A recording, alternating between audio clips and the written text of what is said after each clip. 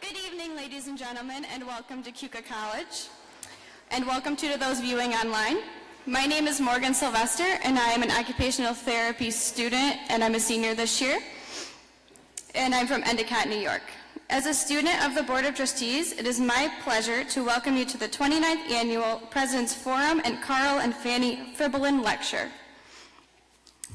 It is my privilege to introduce the 19th President of Keuka College, Dr. Jorge Diaz Herrera.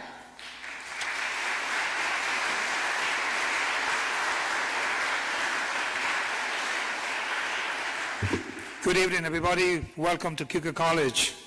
Thank you, Morgan, for that kind introduction and for everything you do with the Board of Trustees. Indeed, at Keuka College, having students on the Board of Trustees has been a long-standing tradition. It is another form of hands-on learning for the students, a point of pride for the college, and it allows our board members to hear what students think about important issues affecting the college and higher education in general. Before I introduce tonight's speakers, I would like to recognize the founders of this lecture series, the late Carl and Fanny Fribolin. Carl Fribolin loved to grow and nurture things in all sense of the word. Whether it was crops, arts, programs, small colleges, Carl had a green thumb for it. He held a degree in agriculture from Cornell University. He was a teacher, a Rostrum Purina executive, and the owner of a very successful seed company not too far from here in the hamlet of Hull called Seaway, which he sold to Agway in 1987. Carl was also a dedicated member of the Keuka College Board of Trustees from 1988 to 1996, and again from 1997 to 2003. At that time, he was elected trustee emeritus.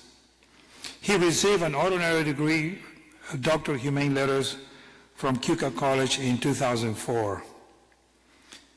Carl touched many lives as a trusted community leader who epitomized Keuka College's historical commitment to social responsibility. He cultivated programs and relationships in the Finger Lakes region and helped the area thrive. Carl endowed a lasting legacy when he established this lecture series many years ago. And he grew this program to bring the likes of Carl Sagan, Dr. Ben Carson, Scott Simon, Dr. Mae Jemison, and many, many others. And I have no doubt that we will continue to develop this series into the future. Carl's friends, colleagues, and fellow trustees will always remember his legacy of philanthropy and the impact he has made on our community. Please join me in paying tribute to Carl's accomplishments and contributions to Keuka College and to his local community with a big round of applause.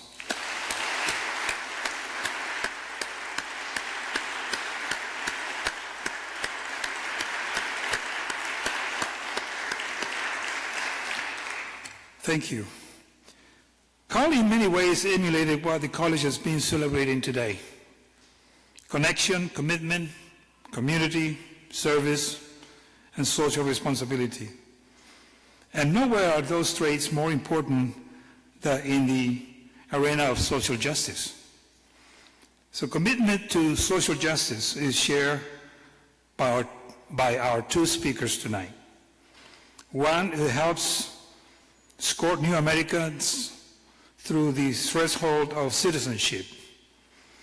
One who seeks to build bridges for international understanding. First, we're fortunate to have with us the Honorable Colleen A. Brown, who was appointed to the federal bench in Vermont in 2000, and shortly thereafter began presiding at naturalization ceremonies. When she learned from her husband, a longtime colleague here at Keuka College, professor of English, Doug Richards, that this year's Fribolin lecture would cap a day dedicated to social justice, she knew she had to lend her voice. Though she does not have exact numbers, her best estimate is that she has presided at 75 naturalization ceremonies all over the District of Vermont, including in federal courthouses, schools, community centers.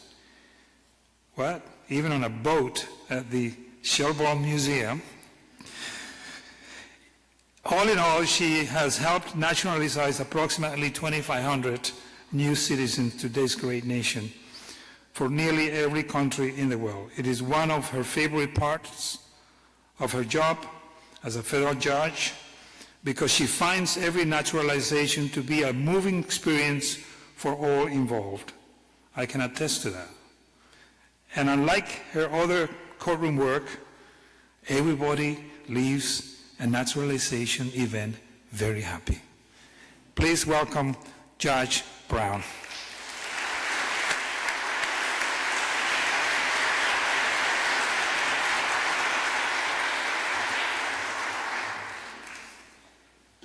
Good evening, and thank you for inviting me to be part of Keuka's prestigious Carl and Fanny Fribolin lecture. This year's topic of pluralism and the promise of America is a topic of great interest to me, and one I have had occasion to think about regularly during my time as a federal judge.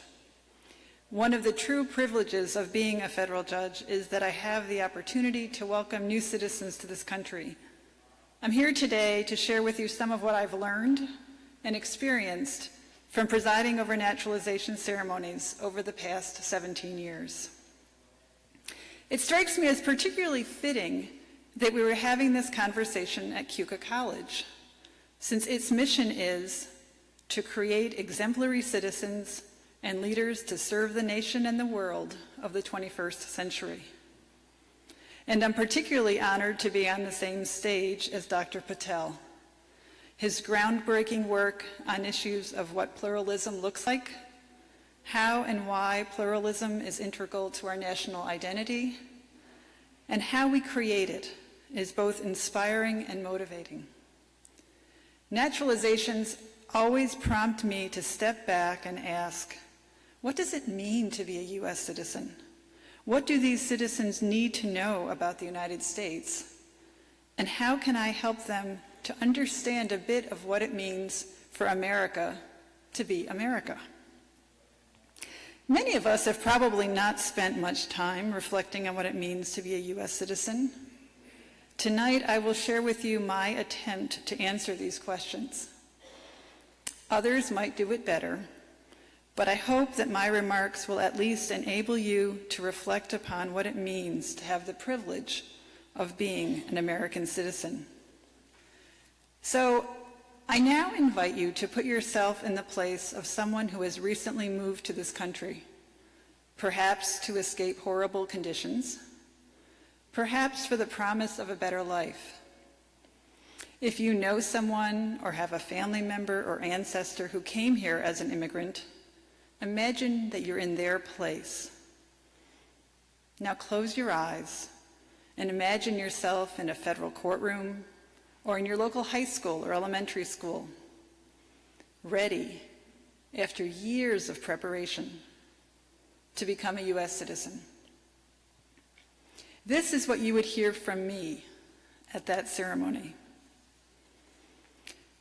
I would like to take a few minutes to congratulate those of you who are about to become U.S. citizens. This is a very special day for you. Some of you may have traveled great distances, left behind your familial roots, and said difficult goodbyes in order to come to this country. I am honored to be able to administer the oath of allegiance to you today, and ultimately to be among the first to welcome you as a U.S. citizen. The oath you will take today requires you to absolutely and entirely renounce and abjure all allegiance and fidelity to any foreign prince, potentate, state, or sovereignty to which you were previously a subject or citizen. These are serious words. They impose a significant responsibility upon you. The oath makes clear what it is you're giving up and what duties you are undertaking to become a U.S. citizen. What I would therefore like to comment upon is the way in which your participation in our society will enrich the United States. It is by welcoming and integrating people from around the world that the United States has become the magnificent country it is today. The United States is a unique country. It intentionally commingles cultures on an ongoing basis to create a new culture. And what distinguishes us in particular is that though we combine all of our many traditions and national attributes, we retain and are able to identify each of the many components. That's why I believe the U.S. is more like a collage than a melting pot. Just as the collage retains the unique texture, color, shape, and size of each piece, the richness of the United States lies in its ability to be simultaneously a single country and also a collection of many distinct traditions, histories, and cultures. The magic of both the collage and this country is that when we put all of the pieces together, the whole is much more than the sum of its parts. One cannot have a collage if all the pieces are exactly the same, and we could not have the United States of America without its ethnic, social, religious, and cultural diversity. By becoming American citizens today, you are helping us to enrich the diversity of the United States, and we thank you for that. Each of us is blessed with unique personalities, perspectives, strengths, and skills.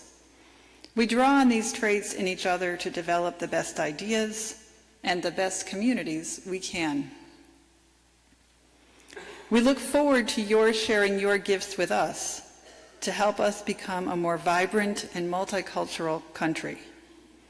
As you may know, if you've ever made a collage, the more varied the pieces are, the more difficult it is to get them to fit together.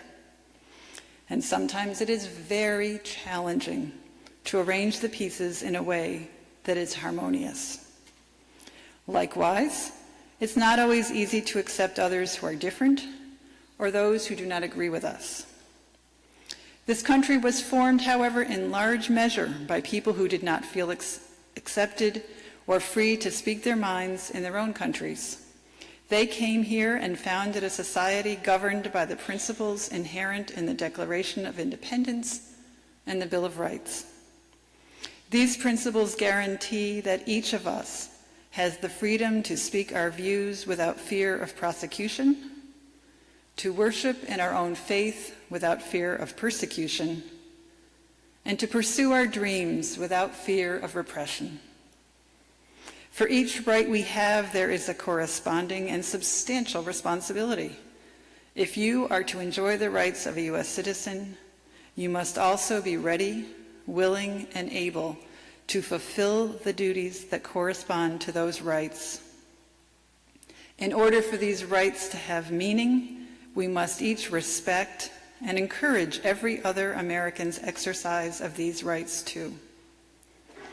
We must be able not only to tolerate, but to truly appreciate views with which we may disagree vehemently. If we are to have our right of free expression, others must as well. This country's history also reflects examples of the tragedies that ensue when we do not conduct ourselves in a way that is consistent with the principles set forth in the Declaration of Independence and the Bill of Rights. The United States is not proud of how it treated Native Americans or of the racial and ethnic hatred and discrimination that was tolerated and ignored in so many often insidious ways over the course of more than 200 years. Or of the incidents of prisoner mistreatment at Abu Ghraib, or of what we have done to denigrate the splendor of the earth. But we do not hide what has happened. Rather, we acknowledge these mistakes and are addressing them through open public discourse. By living out democracy in this way, we can find appropriate ways to deal with wrongs and learn from them. As a country, we continually strive to carry out and improve our democratic process. It is how we grow wiser and stronger in the world. What I want to emphasize is that democracy breaks down when people abandon the process and leave it to the few to make the decisions that affect all of us. Democracy is often slow, and it is sometimes a very frustrating way to make decisions. But it is the best way. It is essential to who we are as a nation that our government operate on democratic principles, that it operate openly, and that we come to important decisions based upon input from all who wish to be heard. Thus, in order for democracy to work, everyone must participate. I invite and encourage each of you to participate, to become intentionally engaged in American culture. I urge you to develop and share a vision for this country and share it with your neighbors. Teach them how to make your native dishes, show them your special ways of doing things, talk with them about your perspective on what's going on, and tell them the stories you grew up with. This is important. It will enrich all of us and help us to build upon the diversity we need for this country to continue to flourish. It is through this kind of sharing and expansion of diversity that the United States will continue to evolve and enhance the spectacular culture and collage that we call the United States of America. And at that point, we give a big round of applause to our new citizens. I administer the oath of allegiance, and people leave very happy. It's my hope that the new citizens and all those in attendance at one of my naturalization ceremonies leaves the ceremony with a deeper appreciation for what it means to be a U.S. citizen and to be part of the long tradition of pluralism in America. Now I look forward to hearing Dr. Patel's remarks. I expect he will help us to more deeply consider these concepts and to learn how to act in ways more consistent with the ideals. I thank you again for including me this evening and congratulate Keuka College for providing all of us with the opportunity to engage in this critical conversation.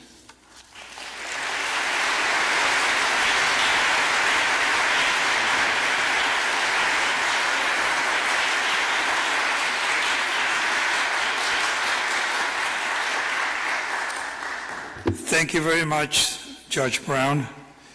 I can relate to many of the things you mentioned. I'm going out of the script. Where is Amy? All right. This is a unique country. When I think about my journey, this has not been possible anywhere in the world. And I've checked this out. And the only reason why I'm here is because of the opportunities that this country has afforded to me. Without the opportunities, I wouldn't be here. So I thank you for accepting me as your fellow citizen. Thank you.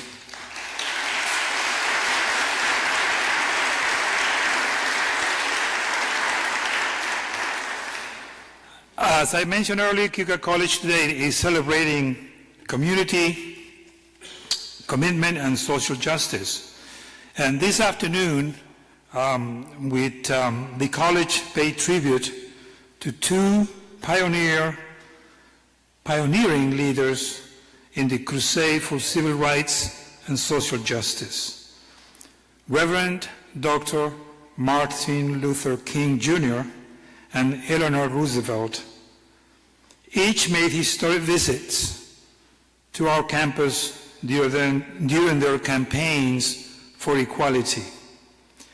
This afternoon's ceremony, in which sculptures of the two were unveiled, reaffirmed the college's deep commitment to diversity, inclusiveness, and social justice. I am thrilled that our next speaker shares these closely held values that we have. Eboo Patel is founder and executive director of Interfaith Youth Care, which seeks to build a global interfaith youth movement. He established this Chicago-based organization in 2002 on the principle that religion should be a bridge of cooperation rather than a barrier of division. And he believes that American college students, supported by their campuses, can be the interfaith leaders needed to support and sustain this bridge. Dr. Patel's vision and passion were tapped by no other than President Barack Obama, who appointed him to the Advisory Council of the White House Office of Faith-Based and Neighborhood Initiatives.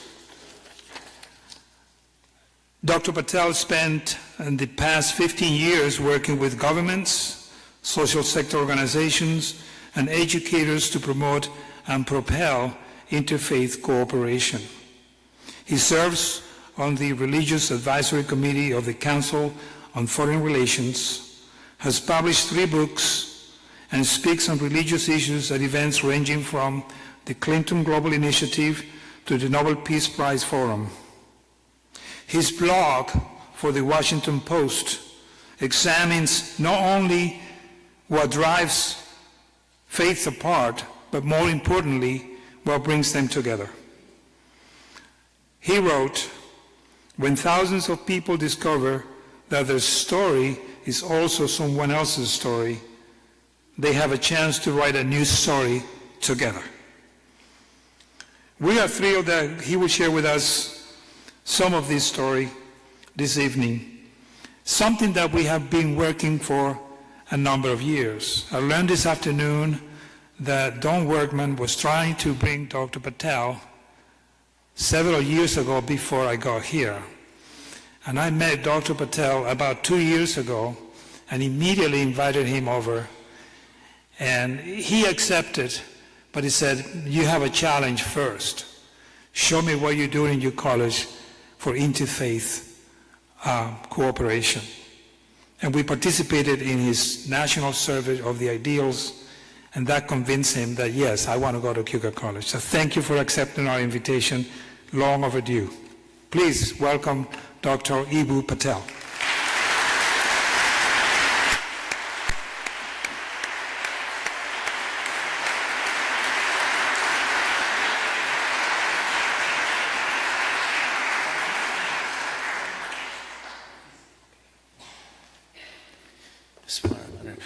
What convinced me to come to Keuka College was the coffee shop down the street, which is amazing, by the way, for those of you who haven't been.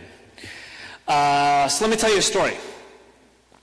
So I'm 8 or 9 years old, and you know, back in elementary school, there's, y'all wanted to sit where it's like gonna give me a neck strain, didn't you? Yeah, I could tell. You know, back when you were 8 or 9, there's like the inner circle, and then there's the outer circle of like cool kids, and then there's an orbit in which I existed, many, many circles away. So you can imagine my joy when I got invited to the birthday party of this kid in the inner circle. Of course, I don't even remember his name now, Brian or Steve or John or something like that. And of course, now that I'm a parent with a 9-year-old, I know precisely how this invitation came about. It wasn't that Brian or Steve or John had seen fit to see how cool I really was. It was, and this is what I tell my kid now, if you don't invite the uncool kid in the orbit 6 circles out of the cool orbit, you will not be having a birthday party. So that's how I got invited to this birthday party. So the Sunday morning of the Sunday afternoon birthday party rolls around, and my mother has put the invitation on the fridge with the magnet, and she reads it more closely, and it says that Brian or Steve or John's parents would be cooking up hot dogs in the kitchen as the snack. And as we are Muslim and don't eat pork, and as my mom was too immigrant to make the phone call to ask what kind of hot dogs they would be serving, there's a couple of knowing glances in the room. These are the people who went through your ceremony not that long ago. My mom sent me to Brian or Steve or John's birthday party with 2 Vienna beef hot dogs in a little plastic bag. I remember holding these 2 hot dogs. This is June, by the way. I looked at my mom and I'm like, first you named me Eboo. And then, do you have any idea how inelegant it is to try to hide hot dogs on your body if you're a 9-year-old boy and it is June? So then I had that problem. In any case, we immigrants, as you know, are very industrious. So I found a way to make this happen. So I arrive at this party. Somehow the hot dogs are hidden on my body in a place that is not too conspicuous, let us say. And we go through our games, whatever you do at a 9-year-old's birthday party. And it is time for snack. So I find a way to sneak into the kitchen. None of the other 9-year-olds are aware that I have done this. Nobody knows I have private hot dogs. And I find a quiet, dark corner of the kitchen from which to make my foray to the parents to tell them about my secret hot dogs. And lo and behold, there's another kid in the corner. And he's holding a little plastic bag with 2 hot dogs. And I'm like, say, man, are you Muslim? He's like, no, my name's Chaim, man, I'm Jewish. I'm like, I have no idea what Jewish is, but you and me, we are going to be friends. So that's the first time I met a Jewish kid. And it might sound a little bit after-school specialish to say this, but the truth of the matter is that for the last 30-some years, my best friends have been Jewish. And that moment, this sense that you and I have something in common, right? We share a value, a practice, a moment, a sense of being in the outer orbit, a name that we're like, really, Mom? We incline towards each other. It makes me think of a permutation of a line of the great Catholic saint and activist Dorothy Day. She says, how do you build a world in which it is easier for people to be good? Here's my interfaith twist on that. How do we build spaces where it is easier for people to cooperate? You all in this room are educated enough to know that it is not all spaces around the world where Muslims and Jews encounter each other for the first time and think, you and I incline towards each other. You and I are going to be friends. There's plenty of spaces that are created in ways such that people are at each other's throats, in which they are less likely to cooperate. There's plenty of stories or narratives that encourage aggression or acrimony instead of cooperation and understanding. So what does it mean to curate spaces where people who orient around religion differently can build understanding and cooperation? What does it mean to shape narratives, to create activities where it is more likely that they incline towards one another, where they think to themselves, you and I, we are likely to be friends? I think the answer to that is leaders. Leaders curate spaces. Leaders shape narratives. Leaders create activities. Here's my best idea in 15 years. You ready for this? You know how the central metaphor in interfaith relations is bridges? It's bridges this, bridges that. Okay. Bridges don't fall from the sky or rise from the ground. People build them, right? It's really that simple. If we want a society in which the relationships between people who orient around religion differently, Catholics and evangelicals, Sunnis and Shias, Buddhists and Jains, Jews and Baha'is, atheists to Zoroastrians, if we want the relationships between them to be characterized by bridges of cooperation rather than bunkers of isolation or barriers of division or bludgeons of domination, and those are all very real possibilities, we are going to have to nurture a critical mass of people who are committed to building those bridges. Interfaith bridge builders. Interfaith leaders. That identity category is so important.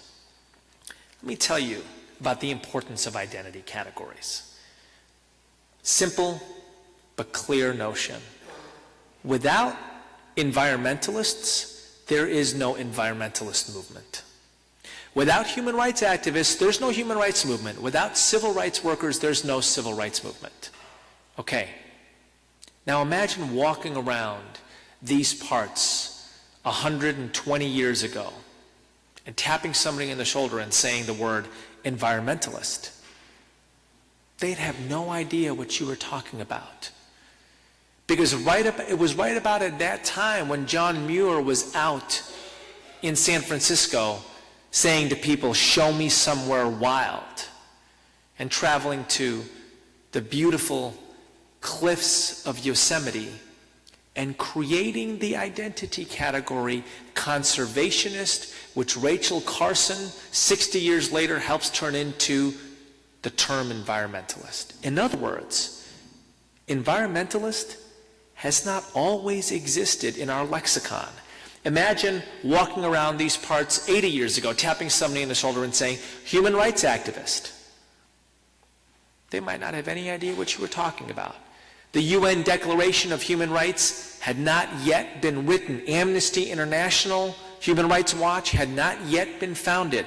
The identity category, the label, human rights activist didn't exist. You didn't have idealistic Keuka students saying, I'm studying to be a human rights activist. I'm studying to be an environmentalist. Tonight, I want us to think about interfaith leader. In that same pantheon, I want us to think about 13-year-old kids coming home after school and saying, today I learned about the importance of acquiring appreciative knowledge of different religious traditions, of creating spaces where people from different religions can come together and be friends, of building bridges of understanding between Muslims and Jews, secular humanists and evangelicals.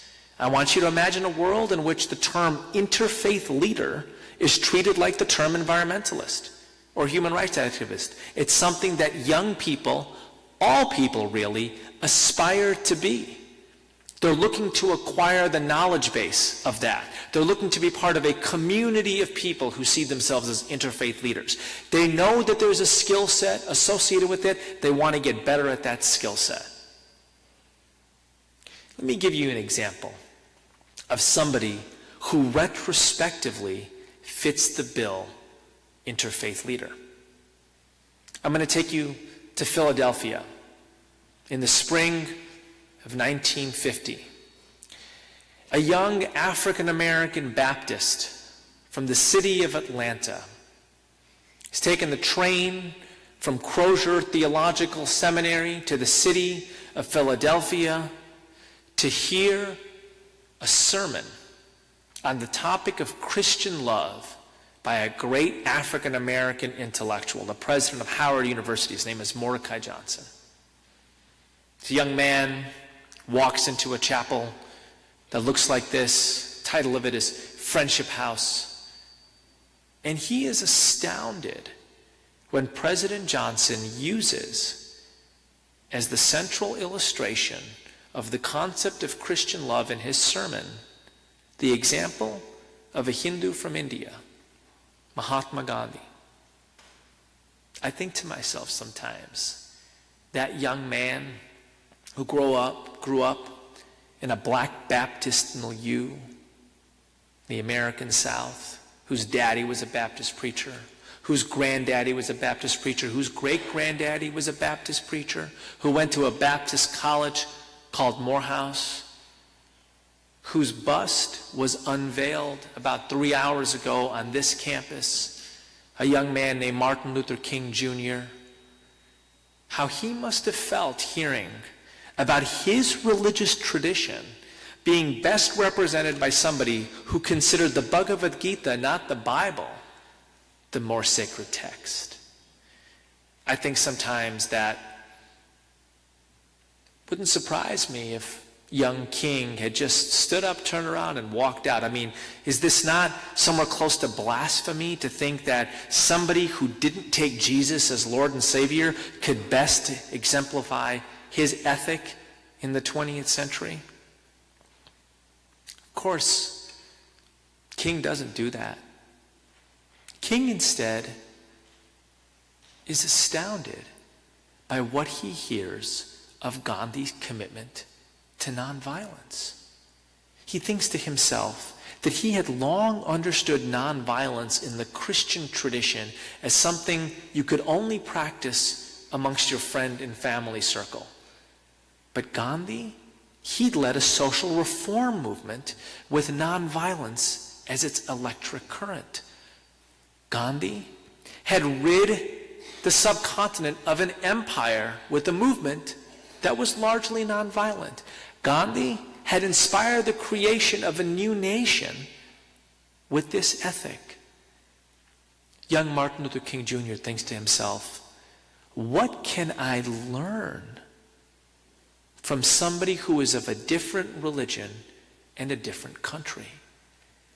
The first step to being an interfaith leader is having an attitude of what can I learn from somebody who is different from me.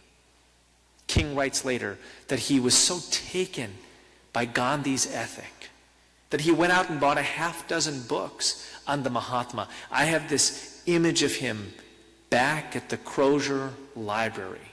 A half-dozen books of Gandhi on his left, a half-dozen books from the Christian tradition, Niebuhr and Tillich and Rauschenbusch and the Bible on his right. And he's reading across these traditions. He's asking himself the question, how can Gandhi's Hindu-inspired view of nonviolence, which he alternately called satyagraha, love force, and ahimsa, nonviolence, which Gandhi himself gets from a different religious tradition, the Jain tradition.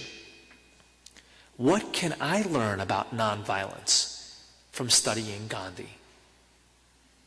5 years later, King gets his first pulpit. Dexter Avenue Baptist Church, Montgomery, Alabama. The year is 1955. It's late in the year, and Rosa Parks, a Highlander-trained civil rights activist, decides one day enough is enough. I'm not giving up my seat on this bus. I am just as human as the rest of you. In the major African-American leadership of Montgomery, Alabama, Ralph Abernathy and E.D. Nixon, knowing that they need a fresh-faced outsider to lead what would come to be called the Montgomery Improvement Association, show up on the doorstep of young Martin Luther King Jr., the ripe old age of 26, and they say, will you lead this? And King thinks in his head, we are going to go Gandhi on this town.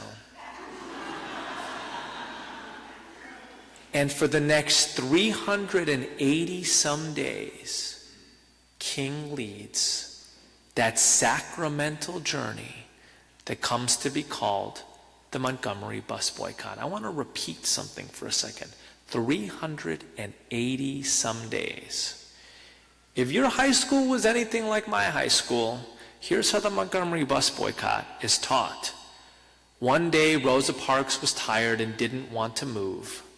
Then God dropped Martin Luther King Jr. from heaven.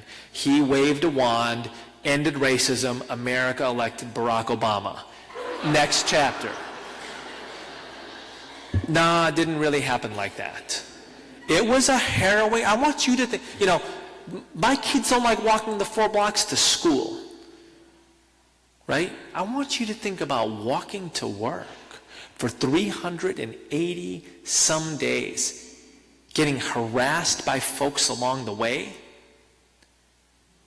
getting falsely arrested by police officers. King got falsely arrested. Having your home, your person, your family threatened. One night at a revival meeting in a church, King sees his friend Ralph Abernathy kind of twitching nervously in the corner. He knows something is wrong. He calls him over and he says, "Ralph, what's going on?" This is in the land before cell phones. Abernathy says, "We have word that your home has been firebombed." And King says, "Are Coretta and Yuki, the baby, okay?"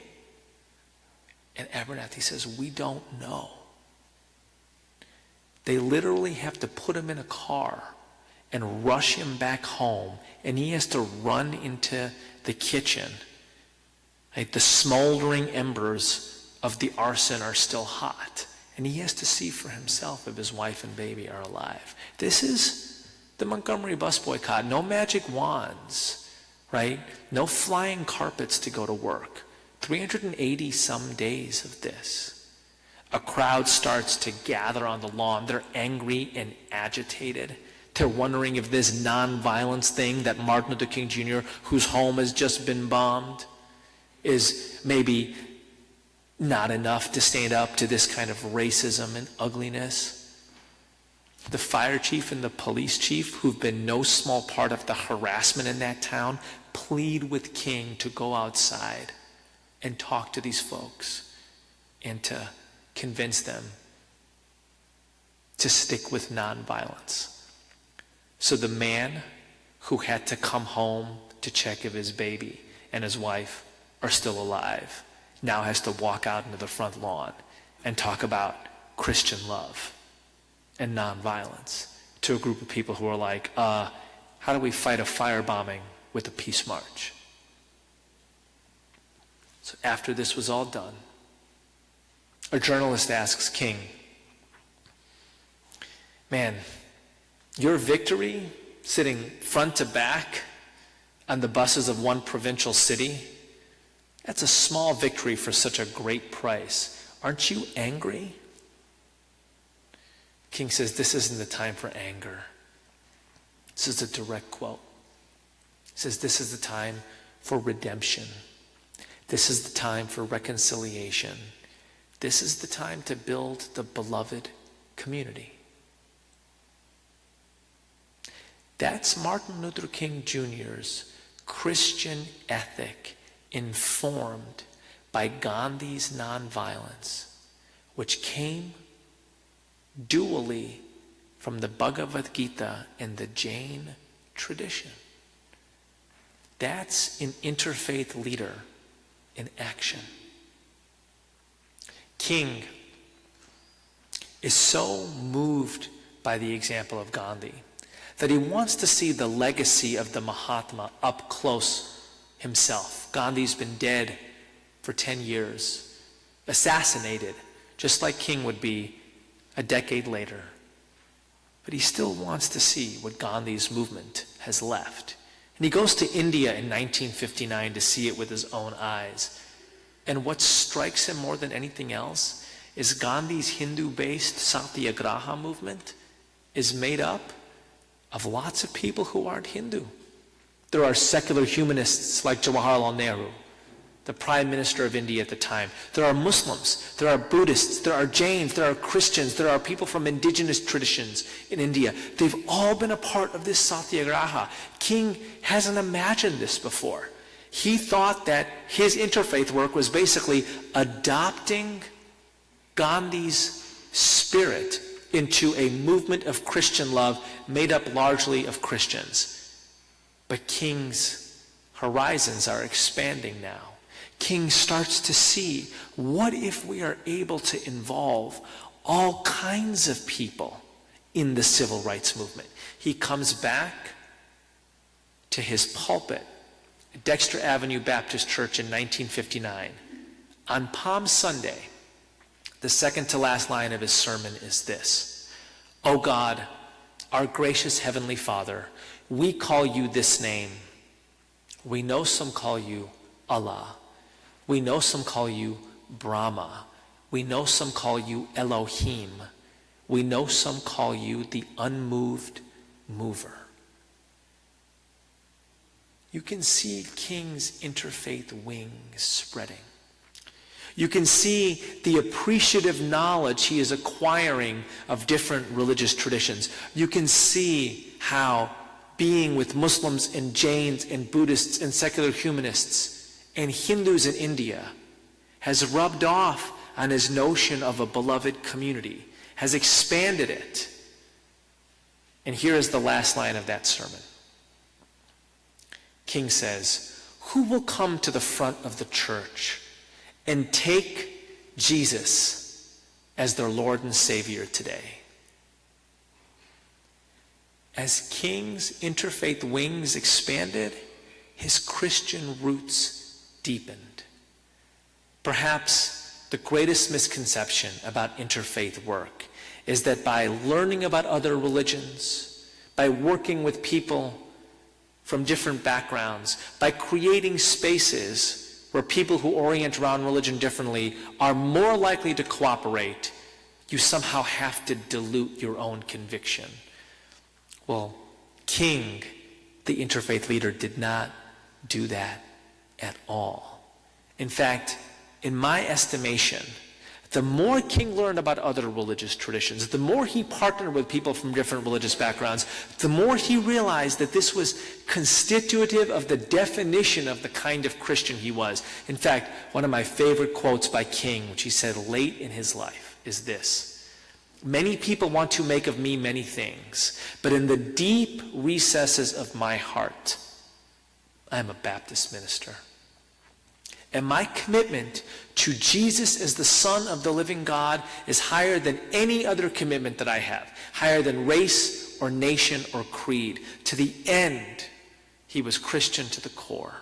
And it was because he was Christian that he learned about other religions. It was because he was Christian that he absorbed Gandhi's ethic into his notion of Christian love. It was because he was Christian that in 1963, he leads, as everybody knows, the March on Washington with the secular humanist A. Philip Randolph and a gay Quaker, Bayard Rustin, as the chief organizer.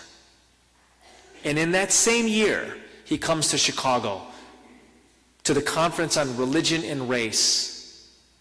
He brings to Chicago his sermon from the Hebrew prophets, from Amos, "Let justice rain down like waters and righteousness like a mighty stream." He meets at that conference one of his closest colleagues in the civil rights movement, Rabbi Dr. Abraham Joshua Heschel.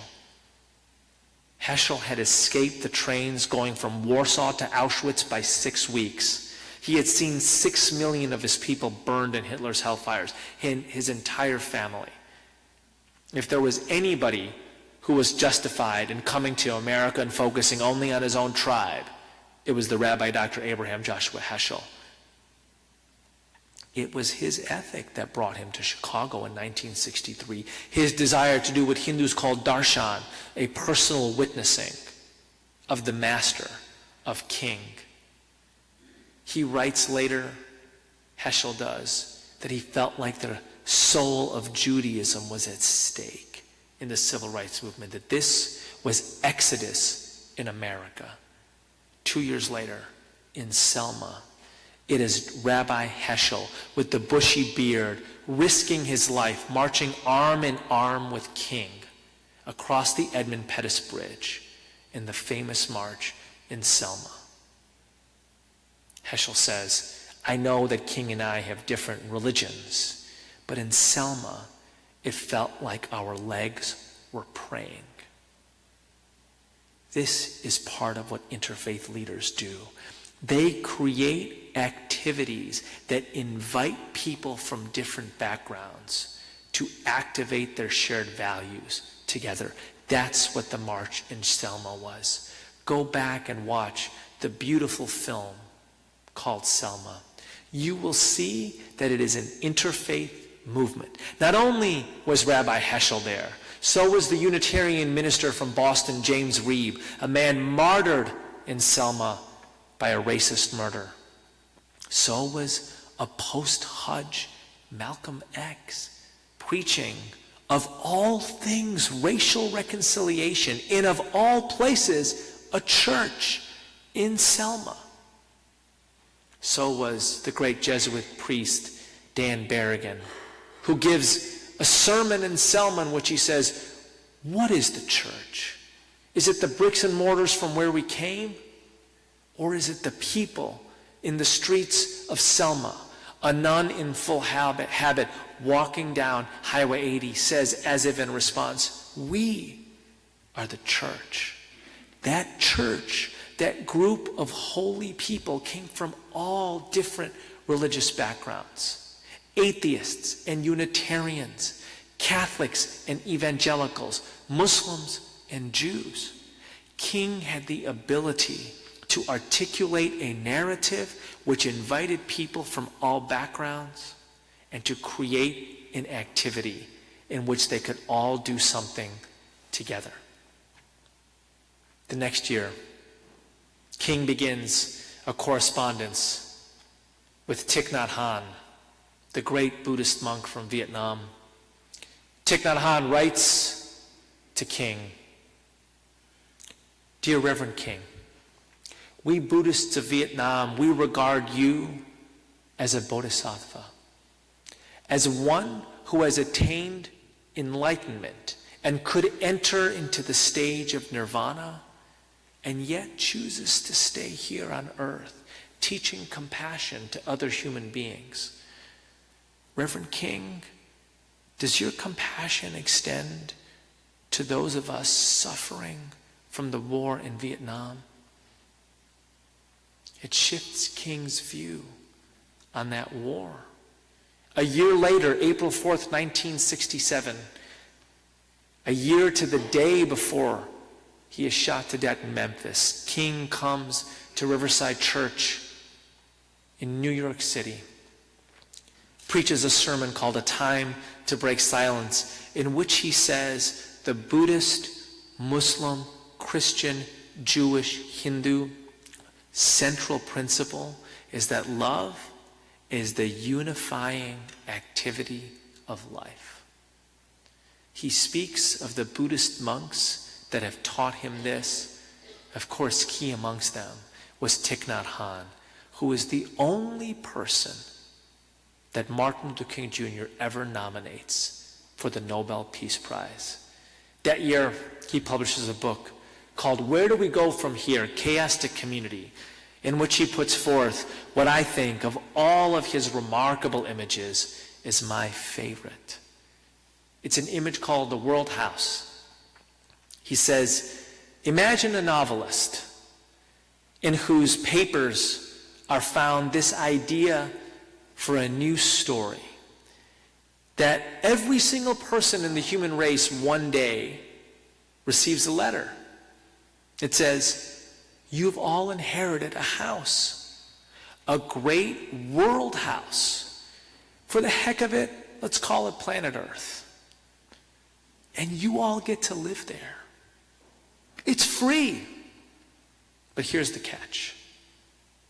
You all, black and white, Easterner and Westerner, Gentile and Jew, Muslim and Hindu, Catholic and Protestant, King names each of these identities.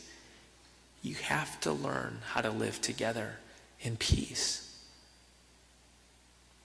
That's King's image of the beloved community. That's King's image of the kingdom. a Christian image enriched by his knowledge and friendships with people from different religions, enriched by the steps that he has taken to build partnerships across religious lines. He visited this college in 1963.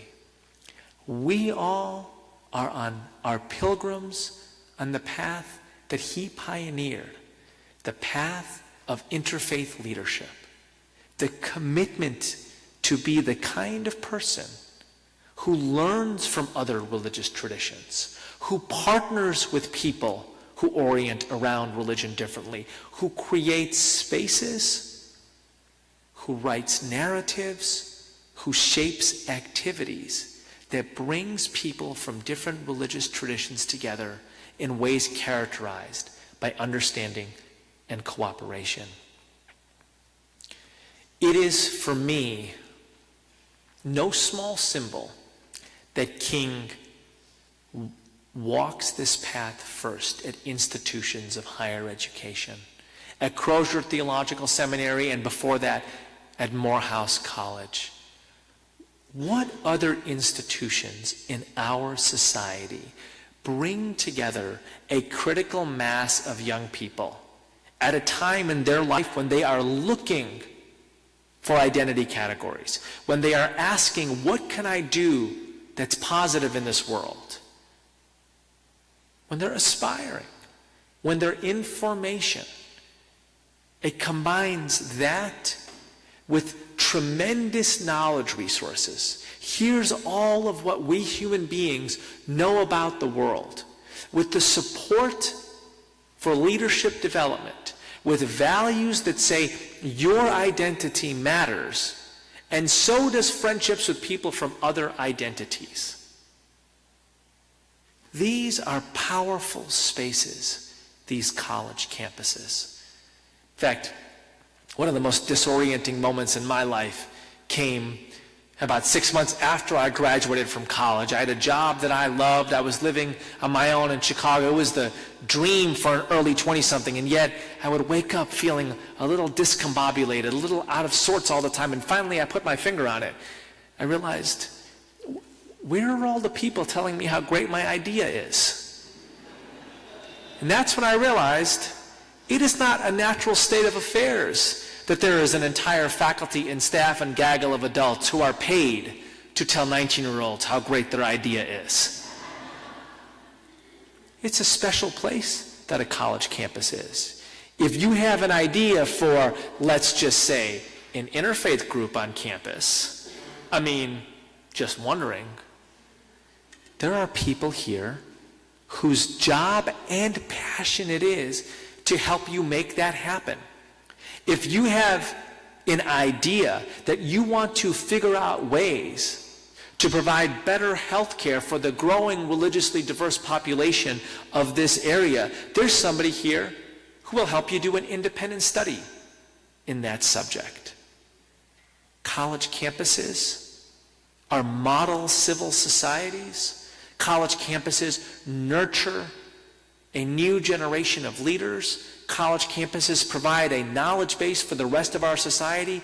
College campuses help us all realize what our civic priorities are or ought to be.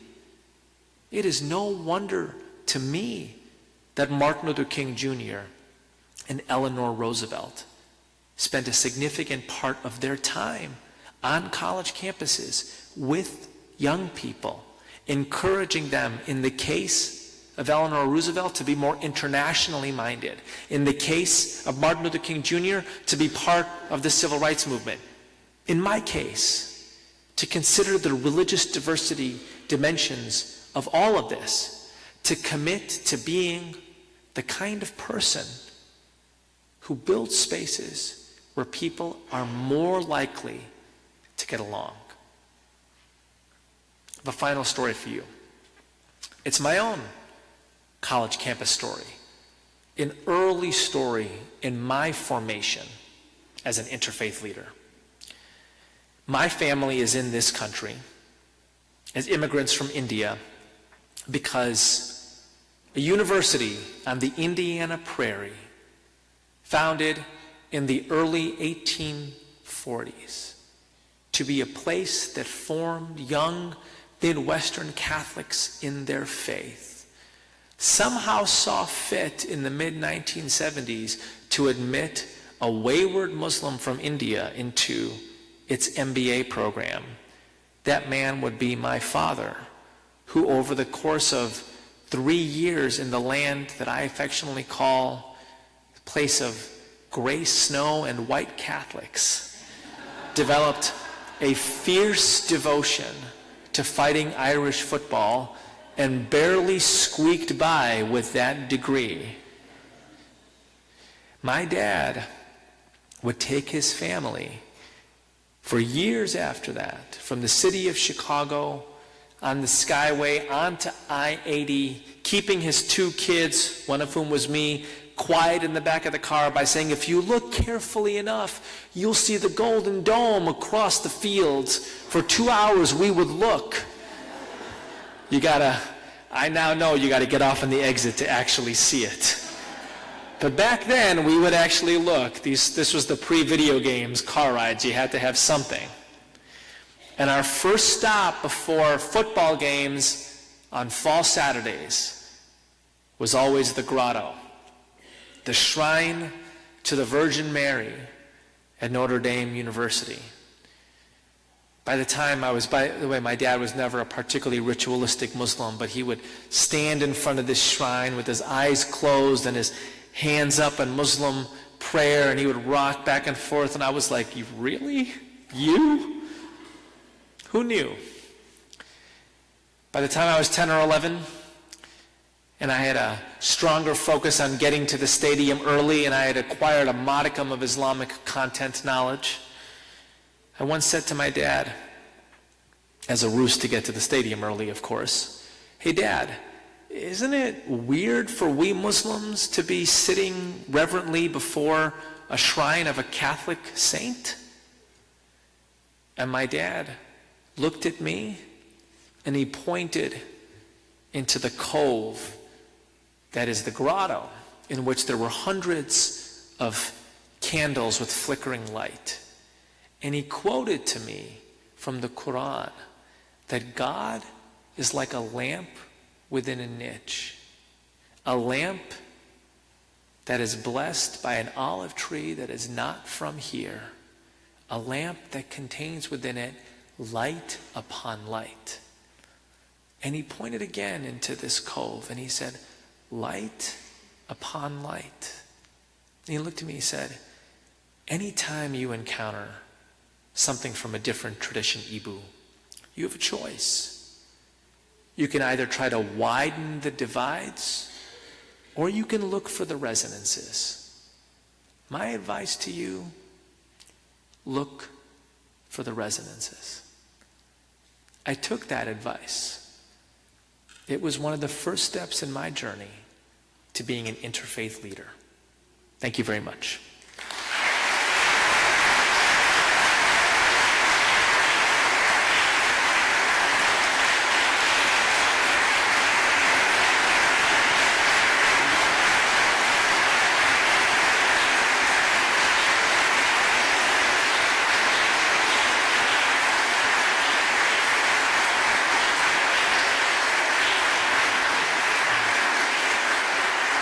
Thank you so much.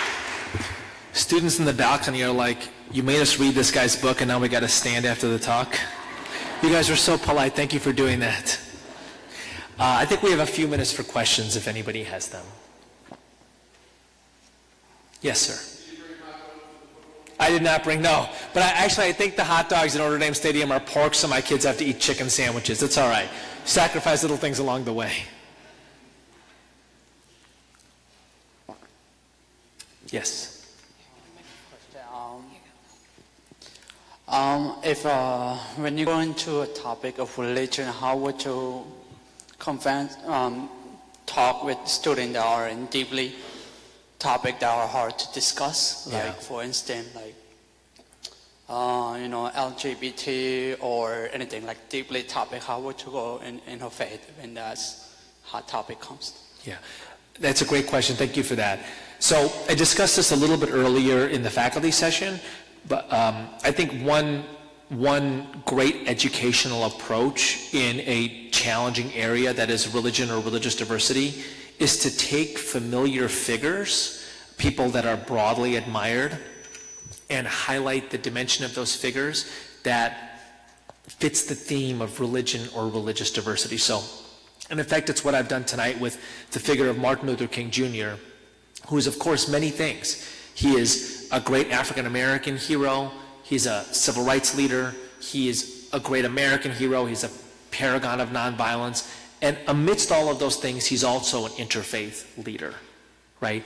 And so I think to take familiar figures and to ask the question, in what ways did religion or religious diversity enrich this person's life and in fact make them, in many cases, who they are, I think is one great way of approaching what can be a challenging subject.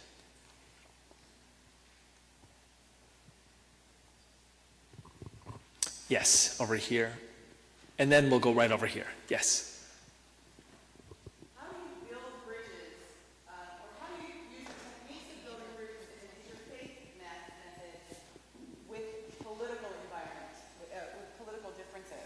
That's my particular challenge of trying to reach out and understand the current political environment that is not particularly interested in building bridges. It's very divisive. So how can we use those techniques that you've learned in today's political environment? Right. You're running into political differences? I'm just kidding. I'm just kidding. Right. I mean, I think there's a couple things, right? One, so there are frames of mind, so to speak, that I'm going to offer. These are not like necessarily direct techniques. They're frames of mind, right? I'll offer two or three. One is, my new favorite line is, diversity is not just the differences I like, right? So I'm going to say that again. Diversity is not just the differences that I like or that you like. Right? You know, my kids go to an elementary school with multiculturalism as our strength posters everywhere. And I have this image of my kids think that multiculturalism is just samosas and egg rolls. It's just stuff that tastes good, right? I'm like, oh, no, multiculturalism is people who voted differently than you did, right? Multiculturalism is people who have a very different idea of what the role of Islam in America is, right? Like those are differences you don't like, that you might even think are wrong. So here's the analogy to interfaith work. People will say to me with some frequency, Eboo, I went to this interfaith event and they have a different idea of God than me. And I'm like, what did you think you were going to? What do you think interfaith means? But people with different views on ultimate concerns, like how were we created? What is a moral life? Where do we go after we die?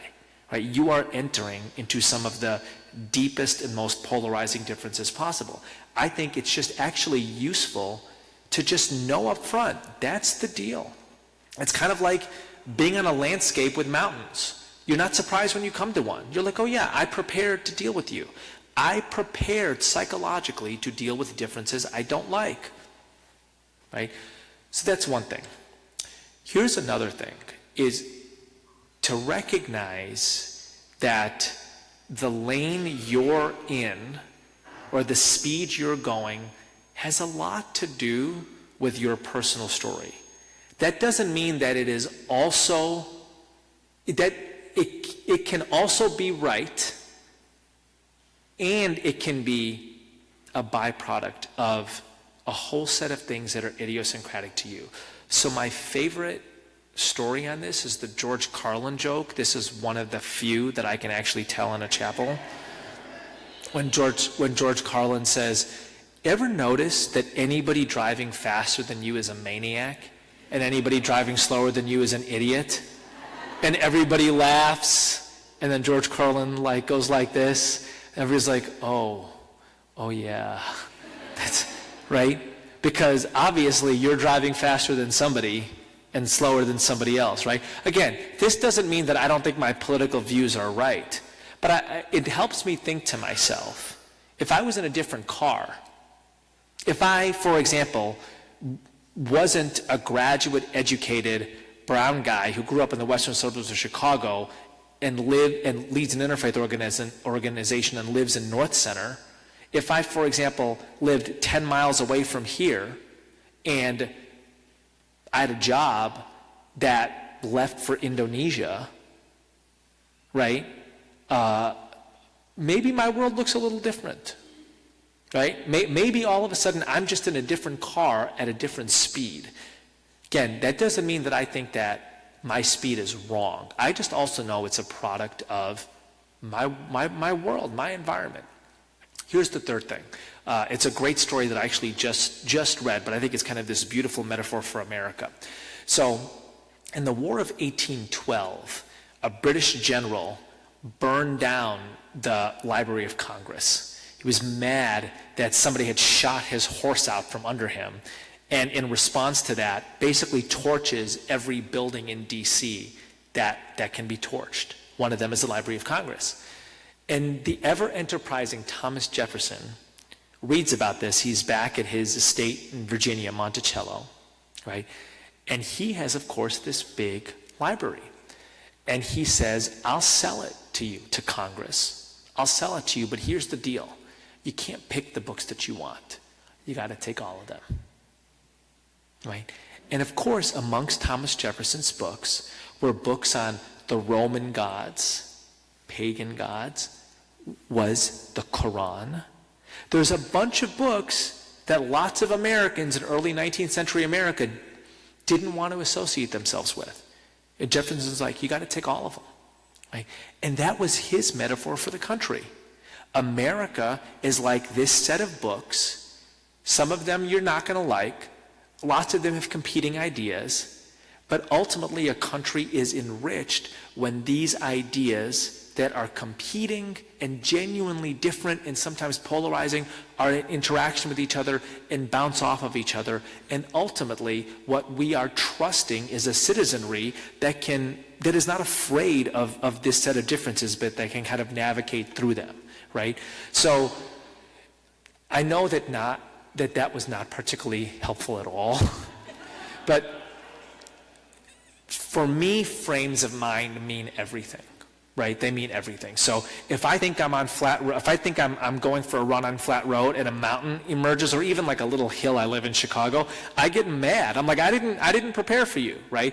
But if I did prepare psychologically, I'm all right, right? If I run into somebody and they don't share my politics, I get mad unless I prepared for that. And unless I think to myself, well, of course in a country of 320 million people, I'm going to run into people who don't share my politics. That doesn't mean that I can't think they're wrong.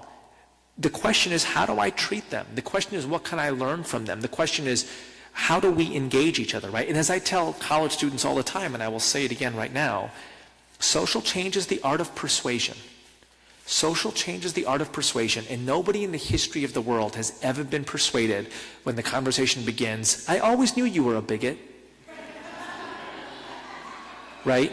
So, even if you enter a situation thinking your view is not just the result of an idiosyncratic story, the way ours is, your view is just wrong, well, you are much likely to achieve the goal of social change if you approach it with an eye to persuasion rather than disdain and derision. I know that was only a little helpful. Over here, and I think we might have time for one or two more. Thank you so much for accepting the college's invitation to be here tonight. Oh, my pleasure. pleasure. This has really been a powerful evening. The college is indeed that wonderful collage that the judge talked about earlier. The wider community identifies, I think, 97% as white and Christianish. And with just like I identify as brown and Muslimish. Right. And with a small group seeking to build interfaith bridges in a mostly white Christianish community. What suggestions do you have for ways to do that that aren't sort of tokenism and appropriation? Yeah, bring your own hot dogs. No, I'm just kidding.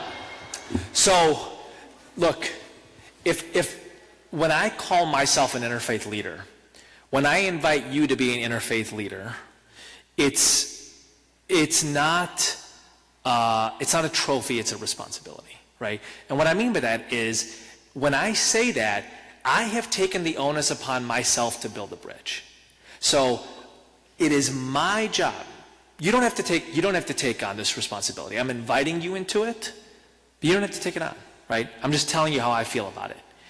When I call myself that, it means it is my job to figure out how to engage you. That's my job. It's not your job anymore. It's my job. I got to figure out the questions I ask you. I got to figure out the stories I tell you. I got to figure out what inspiring common ground is. I got to figure out how you like to talk about yourself or the things that you like. It's my job, right? Like, I've made myself the quarterback. And I love that. I find that I enter a situation like thinking, okay, who are you? What is this community? Right? There's a great line in the Grateful Dead. Don't tell me this town ain't got no heart when I can hear it beat out loud. So wherever I go, I'm like, tell me who you are. Tell me what matters to you. It's my job to figure out a way that I can tell my story in a way that connects with that. Right? So I remember I was leading an interfaith service project. By the way, I get this wrong 9 times out of 10, but I try. Right? Bill Clinton would always say, get caught trying. Get caught trying. I love that line, right? So I failed 9 times out of 10. But here's one time when at least I did average. So I'm leading an interfaith service project of college students in a senior home. And one of the gentlemen in the senior home, gives us an 8 or 9 or 10 minute, one can only call it a lecture, on getting to know Jesus. Basically, whose every line was, you got to get to know Jesus, right? And I can see that, like, the 19, 20-year-olds I'm with, they're Hindu, they're an interfaith group. They're, like, getting to the end of, like, this, right? So I'm the interfaith leader. It's my job to do something. So I remember there's this beautiful story that Sufis tell about Jesus. Sufi Muslims tell about Jesus. And I say, there's this story that Sufis tell about Jesus where Jesus is in the marketplace and people around are insulting him. And in response, he blesses them. And he comes back to his disciples and they say, how can you bless people who insult you? And Jesus says, I give only what I carry in my purse. And like the Hindu, Jain, Muslim, atheist kids I'm with were like, huh. And the Christian senior citizen I'm talking to was like, mm-hmm. You know Jesus. I'm like, I know Jesus, right? It's my job. It's my job to find the story that connects that situation. That's the 1 out of 10 times that I have succeeded, right? But I think the important thing there is, it wasn't his job.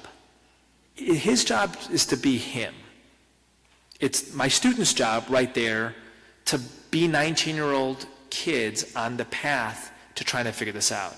I'm the guy they look to as the interfaith leader. It's my job to build my half, or in that case, 3/4 of the bridge. Right? So what does that look like here? If you're an interfaith leader and you wander out into this community, what does it look like to be the bridge builder? Here's the final thing I'll say about this. This is another frame of mind thing. I think I mentioned this to the students earlier today. There's a story of a European map maker who, some centuries ago, creates a map and he puts at the center of that map Europe. You know what? I think this is a good story to end our evening with, actually. He puts at the center of that map Europe, unsurprisingly. And he draws everywhere else the line, here be monsters. Right? I don't want to be that guy, right? I don't want to, I don't want to be the guy who's like putting my world at the center.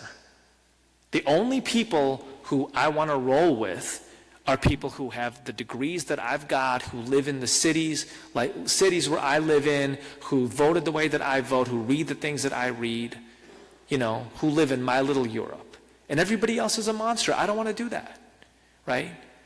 First of all, it's like against every intuition of Islam, I believe. I believe, as the judge reminded us, is against every intuition of America, right? This is the country whose first president says, the bosom of America is open to the oppressed and persecuted of all nations and religions. That's in the late 18th century, we believed that, right? So I don't want to, like, in my mind, make of people who I have never met monsters. My job is to create situations where we are more likely to be friends. That's the job of an interfaith leader, right? That's what Eleanor Roosevelt talked about when she came here. That's what Martin Luther King Jr. talked about when he went everywhere. That's a future together. And if we don't have a future together, I'm just not sure what kind of a future we have. Thank you.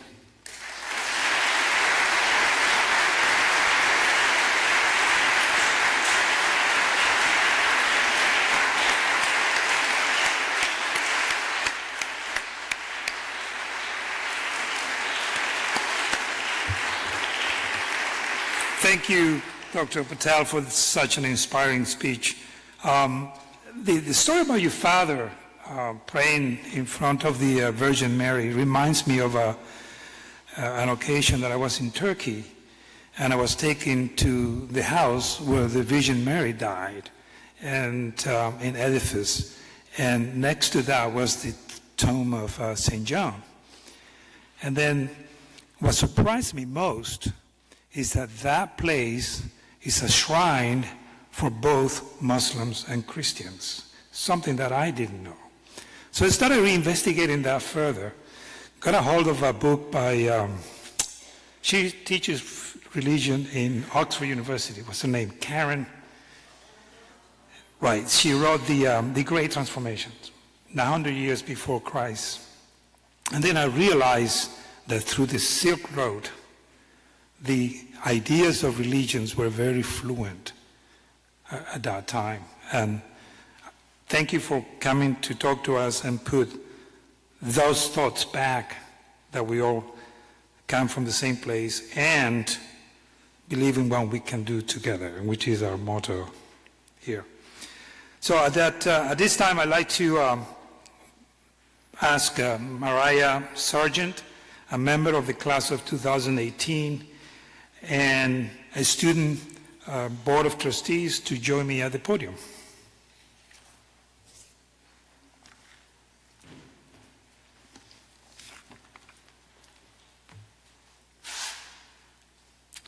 To Dr. Patel and Judge Brown, on behalf of the Board of Trustees, the President, faculty, staff, students, alumni, and guests of Keuka College, it is my pleasure to present to you a small token of our appreciation.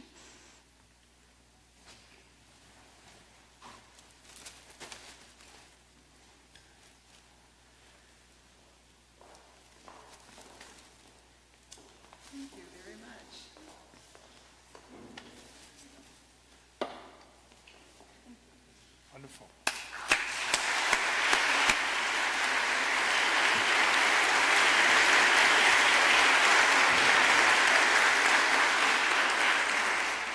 Thank you, everybody, for being here tonight and for attending the 29th Annual President's Forum and Carl and Fanny Fribolin Lecture. It was really a pleasure to hear the speakers today. The evening is not over. We have a reception immediately following, open to everybody in the Geyser dining room. So thank you, and we'll see you back there.